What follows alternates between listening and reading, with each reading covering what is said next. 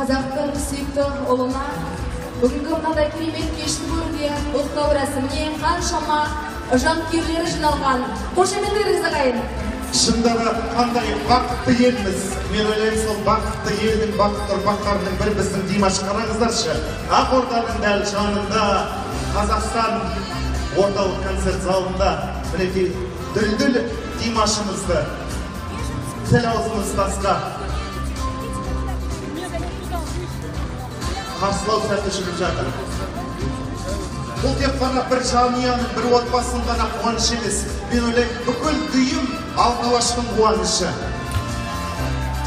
Расымен Димаш қана қазақ эстрадасының музыка әлеміндегі, біздің музыка саласындағы белгілі әнші ғана емес.